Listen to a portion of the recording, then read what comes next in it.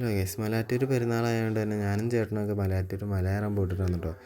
പിന്നെ ഞങ്ങളുടെ കൂട്ടത്തിൽ ഏറ്റവും ചെറുത് ഇവളാണ് കേട്ടോ. മല കയറി തുടങ്ങിയപ്പോൾ ഞാനാണ് ഇവളെ എടുത്തത്. ബാക്കിയുള്ളവരൊക്കെ എൻ്റെ ഫ്രണ്ടിൽ നടക്കണ്ടായിരുന്നു. അങ്ങനെ ഞങ്ങളുടെ യാത്ര ആരംഭിച്ചിട്ടുണ്ടായിരുന്നു കേട്ടോ. കുറേ ദൂരം നടക്കുമ്പോഴത്തേക്കും ഞാൻ ഫുള്ള് വേർത്ത് കുളിച്ചിട്ടുണ്ടായിരുന്നു. അങ്ങനെ കുറച്ച് നേരം നടന്നിട്ട് മടുത്തോണ്ട് തന്നെ ഒരിടത്തിരുന്ന് റെസ്റ്റ് എടുത്തിട്ടുണ്ടായിരുന്നു. ശേഷം വീണ്ടും ഞങ്ങൾ മല കയറാൻ തുടങ്ങിയിട്ടുണ്ടായിരുന്നു. അങ്ങനെ ആദ്യത്തെ കൽക്കുരിശിലെത്തി ഞാൻ മെഴുകുതിരി കത്തിച്ച് വെക്കാൻ നോക്കിയപ്പോഴത്തേക്കും അത് നേരെ താഴത്തേക്ക് പോയിട്ടുണ്ടായിരുന്നു. ശേഷം രണ്ടാമത് അതെടുത്ത് കത്തിച്ചിട്ട് കൂടെ ഉള്ളവരെ നോക്കി ഞാൻ അവിടെ റെസ്റ്റ് എടുക്കണ്ടായിരുന്നു കേട്ടോ. അവിടെ എത്തിയപ്പോഴത്തേക്കും വേർത്ത് കുളിച്ചിട്ടുണ്ടായിരുന്നു. മാത്രമല്ല നല്ലോണം ദാഹിക്കുകയും ചെയ്തിട്ടുണ്ടായിരുന്നു കേട്ടോ. ശേഷം കൂടുതൽ വന്നപ്പോഴത്തേക്കും വീണ്ടും നടത്താൻ തുടങ്ങിയിട്ടുണ്ടായിരുന്നു. അങ്ങനെ നടന്ന് അവസാനം പള്ളിയുടെ അടുത്ത് എത്തിയിട്ടുണ്ടായിരുന്നു. അവിടെയാണ് വലിയ വലിയ കുരിശൊക്കെ എടുപ്പിട്ടുണ്ടായിരുന്നത്. ഇത്രയും വലിയ കുരിശൊക്കെ ഇവിടെ ചുമന്നെത്തിക്കണമെങ്കിൽ പള്ളിയോടുള്ള ആ വിശ്വാസം ഉണ്ടല്ലോ, അത് അത്രയ്ക്കും വലുത് തന്നെ ആയിരിക്കും കേട്ടോ.